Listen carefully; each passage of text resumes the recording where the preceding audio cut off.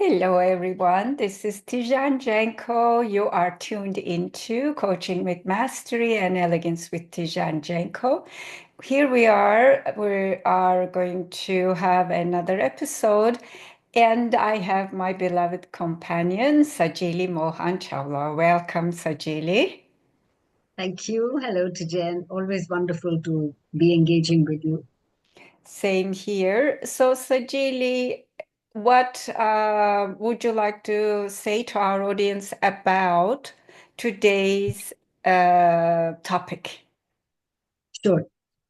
So there's a lot of coaching supervision that I have been seeing a certain enthusiasm around. And as I think of it, supervision sounds like, there's somebody with authority, there's somebody telling you what to do, almost breathing down your neck. And then we're juxtaposing it with coaching. And coaching, as I understand, is more partnering, holding space, a trust and respect in a client. So I think I got curious about uh, what really is coaching supervision then, because as I understand the two words, they just don't seem to sit together that well. And obviously, I thought that could be something we could explore with your mastery. Oh, thank you. So, I had a privilege actually to take part in ICF's efforts for drafting the coaching supervision competencies. Hmm. So, within the International Coaching Federation terms, the concept gets more into hosting a reflective space for the coaches to unpack, to process the way they approach the coaching, the way they relate to a client, what happens, as we call it, in the cognitive coaching, the second channel communication, what is happening inside of coach's head when they are having a session, and how does that relate to the larger aspects of the coach's life, and what are the coincidences that brings the client into that to their relationship. So that all involves in the way that we defined for the International Coaching Federation what the supervision is. So this is where I say, in my terms, that the coaching supervision is about coaching the coaches about the coaching. So it is a safe space to come and discuss, and the idea is to support the coach's well-being, understanding about their approach in service of the quality of the coaching to benefit the client. Hmm. Hmm. I see. So, I mean, what I'm really listening to is that it's almost as if there's a larger context within which each one of us as coaches is living, thinking, working, being. And as a coaching supervision process, it's embracing all of that as well as maybe the client space as well, and really seeing how and in that reflective space then seeing how the coach can uh, develop greater ability to coach better. Did I understand that correctly? Yeah, let's maybe give a specific example to make it clearer. Let's say that you are coaching somebody on their challenges about being excessively controlling. Let's say Mhm. you're coaching an executive that they have tendencies in micromanaging. And when they come to the session to unpack, you feel like as a coach, you're getting out of session is getting out of control. There are, let's say, excessively verbal processing, and you feel like you get stuck in your controlling Mm. tendencies. And then for some reason you feel like you're not making enough impact in the session, and that gets you Mm. trapped into your head. Yeah. So in a mentoring discussion, we can come and talk about your responses to what the client offer, comparison to the competencies. Mhm. But in a supervision, we will get curious about what triggers you when topic becomes about controlling, how uncontrolled or controlled you feel, how safe you feel as a coach, so that you can find a more appropriate response to the client when the client presents their fears about getting out of control. What happens to your fears? So it's such a fun thing to do. I mean, you experience a glimpse of it in my group mentoring sessions, because I include sometimes that sort of a reflection when multiple things are happening, when somebody's getting emotional, somebody is trying to coach and they trip up and so on. But these sessions are dedicated fully to support the coaches to understand their inner dynamics in response to the outer dynamics. Mm.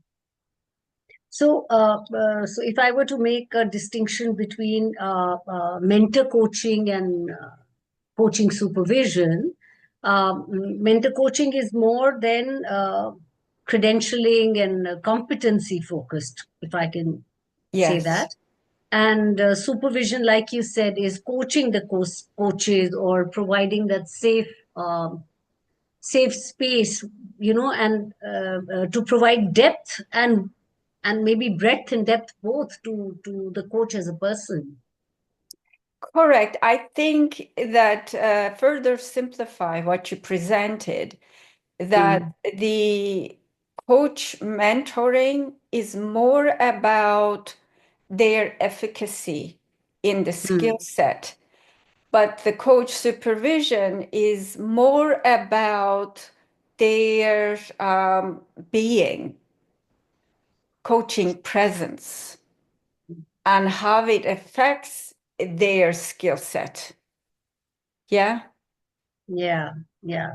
So to be able to not just know the skill, as in, to be able to rattle it off, if I can use that word, but really, what is how do you nuance it in a particular situation? Would it be the right time? Something, something. So then, what would you feel is the um, to be a coach supervisor? What would be the skills required? This gets into one of the things that I often tell all my students, right? Know thyself, know thyself, right? If we cannot support properly somebody to the depths of themselves that we haven't been to. I mean, we probably just accompany them, but it may not be as effective. So it is in a way then to be a coach supervisor, one needs to have larger aspects into their being, the reflective being, being aware. The meta awareness needs to be heightened to see the dynamics, to the reflect in the dynamics, and appreciating what happens. As a mentor, I say to, and that's what I see a lot of the times in my mentees, I don't see that they're not knowing about the competency getting away. Hmm. It's their habits and unlearning requirements, their inner dynamics get in the way of expressing the competency. So in this case, supervisory coaches needs to really understand not only the competencies, but what is happening inside of the coach and response to what's being presented and support their self-awareness, self-reflection, growth, unpacking, in a safe environment to talk about their coaching. So it makes me wonder then whether experience in itself is sufficient to be a coach, a supervisor, or a certain training is going to be almost essential for that heightened meta-awareness. There are organizations provide coach supervision training that mostly about reflections and awareness and all that, and that's where there are competencies. But to me, that is a meditation teacher and meditation practitioner close to 30 years. I can tell you that one can teach self-awareness, because I teach also meditation and self-awareness over 25 years, to a certain extent. But the rest, maybe one can learn something about 30%, but the rest remains within the individual. How to access, how to become aware, how to reflect. So I think that, yes, there are trainings, and that supports coaches to be a supervisor. But I think then if the coach supervisors aren't doing their own work, then they're going to get trapped into the dynamics that's being presented, just like the coach is getting trapped into the dynamic with their clients. So certainly that there are trainings one can take. It is helpful. There are competencies one can follow. But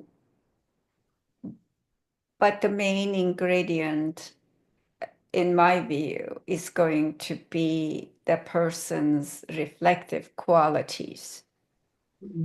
And in addition to understanding competencies, to appreciate. I mean, the competencies are sort of, in a way, relativity, right? We need to look at a particular response and a behavior in the reference to a particular anchor, so that the coach supervisor needs to understand both. The sense I'm getting listening to you is it's almost as if the conversation I was having was like a lake, and you've moved the boundaries away. And the sense I have is of this huge ocean, when you speak of that meta awareness. So somehow I was playing in that field and trying to chisel it and say, okay, so let me understand coaching supervision. And while listening to you, suddenly I feel you, in your own unique way, expanded that into that's the feeling I'm getting. But yeah, so it also then could mean that it's not, if I go back to the whole ACC, PCC, MCC kind of space, even as an MCC, supervision could nuance my being. Absolutely, yeah. This is about supporting the coach's well-being. I mean, as an MCC, it becomes even more important, I think. Unfortunately, coach trainings mostly starts everything at the transactional level. So that is easier to understand the dynamics. But when you arrive at the more subtle parts of human psyche, such as somebody's dreams, visions, aspirations, motivations, and they are more metaphoric responses, they are more fluid. And in order to speak those languages and understand the dynamics flowing in that level of right brain activity requires much more elegant and eloquent responses to be able to support, Mm. right? Elegant and eloquent, very beautifully expressed. Yeah, yeah. So, so even as you were saying this, I was trying to visualize the whole play out of supervision. And earlier you gave an example of micromanaging the client. And for example, if I'm the coach, then my own need for control coming up, Mhm. uh, right? So then, um, if I just play this out, and if I say you are the supervisor and I'm the coach, and I have this client who has this micromanaging issue, mm, how do I how is the confidentiality of the client maintained, and the various code of ethics and the ICF coaching competencies, then how are they respected in this process of coach supervision? Yeah, so in order to tell the story, you don't need to inform anything about who the client is. Mm-hmm. You're coming to that safe space to say, I was in a coaching session yesterday. What I found that when the clients start to talk about their need to control their environment, I noticed that my heart started to tighten and I was getting in my head. So there is no need to talk about who the client is and what was happening. Mm. That's how it's being honored. The I see. focus is on the coach itself. I think that's the distinction. The spotlight is on, for example, in this case, if I'm the coach and my Yeah, own and what I noticed, what came up in the coaching. Um, correct. and so this seems to be more something which is initiated by the coach when they want to delve deeper into their own being, or is there a yeah. Yeah, I mean, sometimes we as the mentors can tap in slightly in a session to say, I had a coach mentoring session on Monday yesterday, and the coach had a need to be needed, and that was getting in the way of them supporting the client's independence. I could listen in their recording and I was seeing in their transcript. So I presented that idea and then they can decide what to do with that. But in a coach supervision organized way, um, coaches can seek for that to say, can we do in a one-on-one supervision session? I have this, or I have group supervision circles. They will come there and I have this thing and I have that thing. And there's also then cross learning and becoming more aware about each other's tendencies. And so it is initiated. Right now, I don't know any coach training organization that are offering this part of the package. They often offer mentoring part of the package to ensure the competencies are delivered. So this is more voluntary. It can use toward the credentialing renewal, but it is more self-initiated to having a dialogue with another trusted being about what's happening to you. So then it would, then again, between the supervisor and the coach, is there a typical contract like it is between the coach and the client? Is that really being replicated in that sense? Yeah, there is similar to mentoring contract that what is being discussed and so on. So they understand the aspects of it, the engagement. Mm. And in my way, I not only supervise the client's behaviors in the session, I mean the coach's behavior in the session, but I also bring my business aspect, right? A lot of the coaches come to me, oh, I don't know what my niche is in this, that, the other thing, but what is happening for you to not to know that, right? That how are you getting in your way of preventing you to having successful business? So there can be also that view can also be included. In general, most of the time it's looked at the coach's presence, but you will find nuances within the supervisors that they can offer different components. Well, I must say at this stage that it's almost sounding essential to me, Yeah. you know. Um, So, well, okay. And then I'm sure there are many executive coaches who are listening in. And so I'm wondering how coaching supervision would benefit leaders and managers, um, I mean, after all, I think everybody needs a safe space to really unravel and unfold what is happening with them. Yeah, I think that it is also very crucial and important in the leadership arena, right? What is happening to you in a meeting with 20 people? How do you get to, and why do you get to be triggered by one person, not the other? How do you deliver the performance feedback?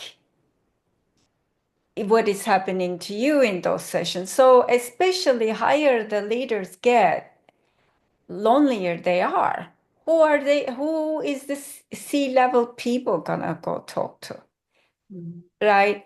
And so it is helpful also for the leaders to have a platform to unpack themselves like that, a safe platform.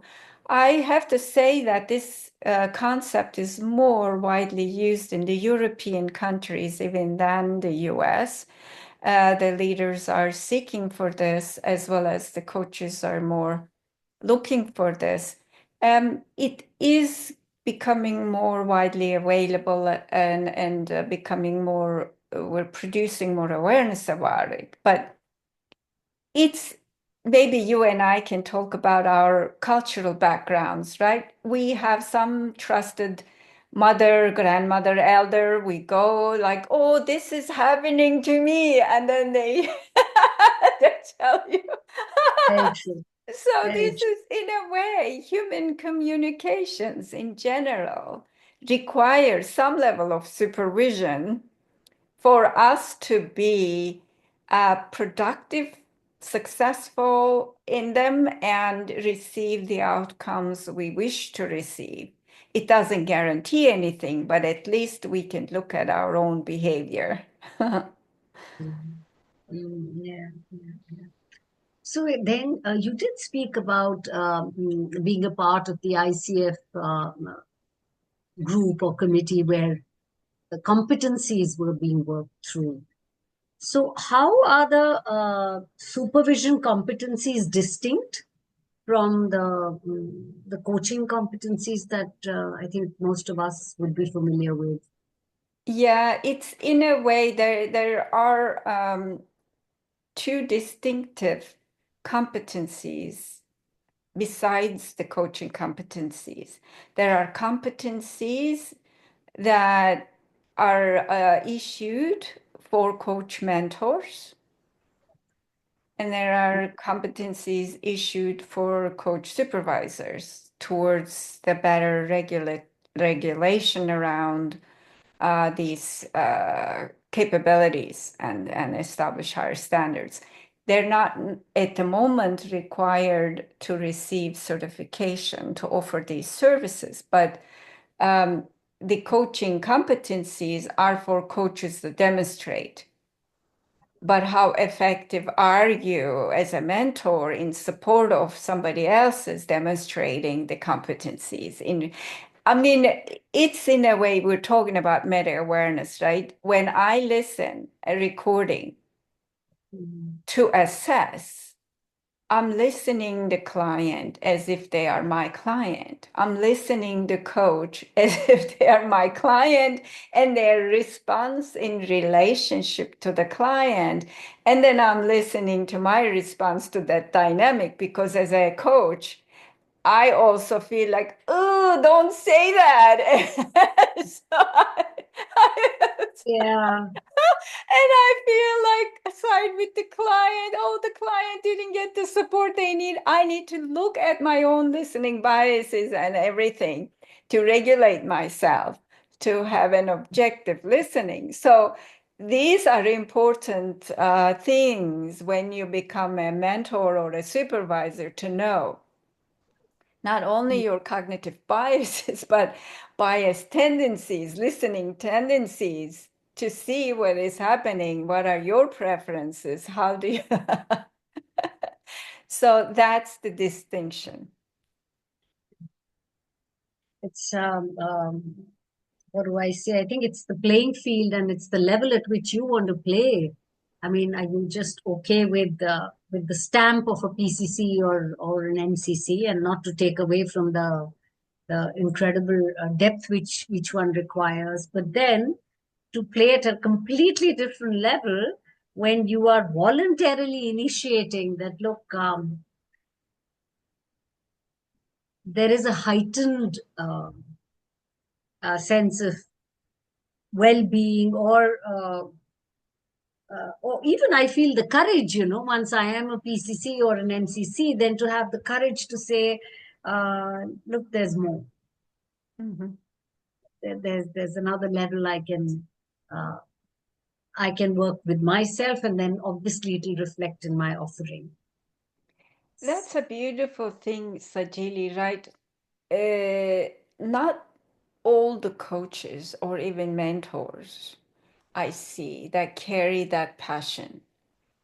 As in yoga, we say that it isn't about the destination, it is about the journey itself. So it isn't about, okay, now I'm an MCC. I see that as an MCC assessor and take part in MCC's development. Okay, I arrived. That's it. I'm the one. I'm it. You know, the journey is just starting, right? And that has to be passion in the self, in life, in wanting to relate to another human being, as I often use, with elegance, kindness, harmony, beauty, right? How do we relate matters to me, and right now, especially when the world goes towards more a different choices in communications, I would say. Yeah. Uh, yeah, I think really, for me, what you just said in terms of, am I looking at any of these credentials as I have arrived, as my destination, or do I still have that light inside of me which wants to look at it as a process, as a journey? And I guess to each his own. But really, I think personally for me, it's been quite wonderful to see. And I pick it up from you every time I speak with you. You say, okay, so you break up the word. So I'm now looking at it not as supervision, Yes. so it's I, this is what I've always seen you have a way of playing with the words and bringing out something different. So as I listen to you, and whether it's the elegance or the eloquence, or as a guide, as a safe space, uh, greater awareness, self-initiation. There are so many aspects to it, and just the whole sense of it being a journey in a safe space. It's almost seeming like a blessing. Somebody is investing that time in you Mhm. uh, with that supervision in that sense, Yeah. while they are also on their own journey. Because I doubt somebody who is a supervisor would have would be seeing their own journey continuously as well. All those, yeah, yeah, Of course, I love that supervision, right? The things we can't see, we're yeah, asking somebody else to help us to see. yeah, yeah. Uh, And for personally, for me, I feel what adds to the safety of the space is somewhere that understanding that the person himself or herself, even though a supervisor, i- is still on a journey. of So, course. so that adds a beautiful, what should I say, an edge of realism in the dynamism of it. Yeah, Humility, yeah, right? And undoneness. And that's the beauty, right? We're going toward so perfectness in everything. And I'm a recovering perfectionist myself. But in the spring, I I live in the suburbs of United States. Everything is so manicured and organized, and my eyes misses the wild flowers in the field. yeah. That has a different energy, different freedom. So, yes, that organization is helpful in some level for productivity. But if we are so organized, then one questions how authentic we become because organization rules are determined by the collective for us to fit in something. Mm, So then the undoneness and the wildness of the supervisor also offers that freedom to the coach, to the coachee, and the world at large. That how do we get to be our wild, authentic self while respecting the rules of the social structures? mm. I'm reminded of a Mary Oliver quote, if I can recollect. What are you going to do with this one wild uh, life, or something to that effect? But really, I think this whole thing about being undone is a beautiful note for me to almost sound sacred. It Yeah. almost sounds sacred to me, that sense of unfolding and being undone, and it's a very grounded sense of self, Mm. which then emerges from that. Yeah. Very, very unburdened with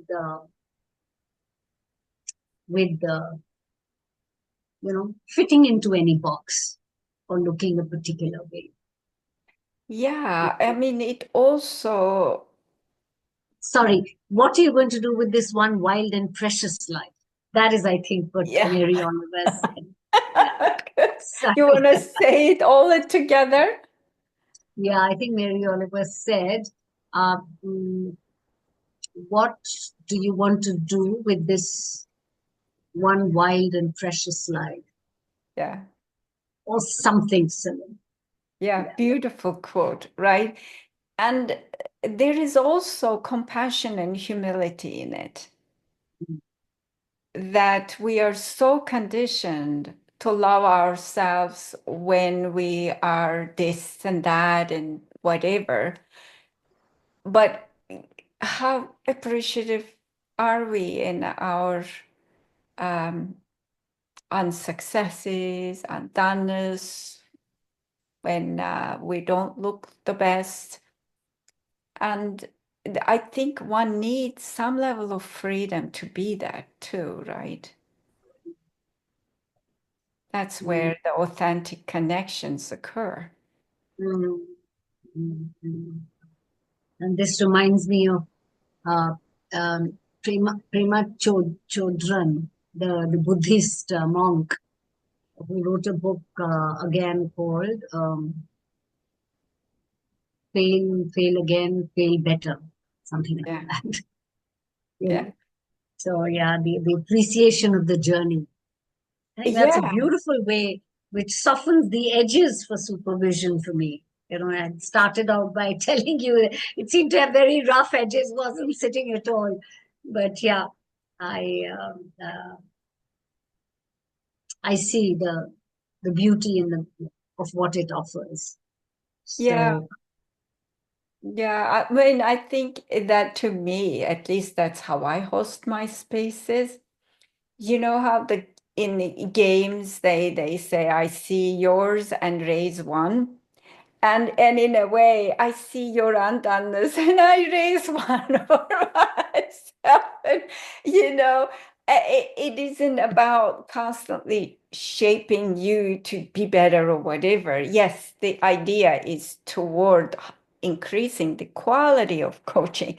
But seeing that and even that, what would you like to do with that undoneness is your choice towards your potentiality in life and appreciating that, because if you don't, you're not going to tolerate somebody else's in your sessions anyway. so Yeah. beautiful. I think I do know that I'm quite, what should I say, hungry, if I can use that word, for the whole, for tasting the whole, little more than tasting the whole space of coaching supervision. Mm. And then I have really enjoyed this conversation, and I do hope that listeners really take away the essence of what you have been able to lay out for us, and the understanding of coaching supervision. Mm. Thank you. Thank you very much. Thank you, Sajili. It's helpful, and I appreciate you bringing this topic for us today, because a lot of the coaches, even coach mentors and supervisors, are unclear what this is about. And hopefully, we brought some clarity. And if our audience missed in the beginning, this is Coaching with Mastery and Elegance with Tijen Genco. We've been talking about coach supervision. And Sajili, you mentioned you're hungry for it. If there are our viewers are also hungry for that, I have a coach supervision coming up in June, so they can check out that and additional coach mentoring and additional events under Genco Coaching upcoming events, gencocoaching.com upcoming events. Anything you wish to share, Sajili, with our audience before we close? No, I think I'm good. Thank you. I'm just thank you. I'm grateful for this opportunity. Of course, grateful to have you here. Thank you, Sajili. Thank you. Thanks, Dijan.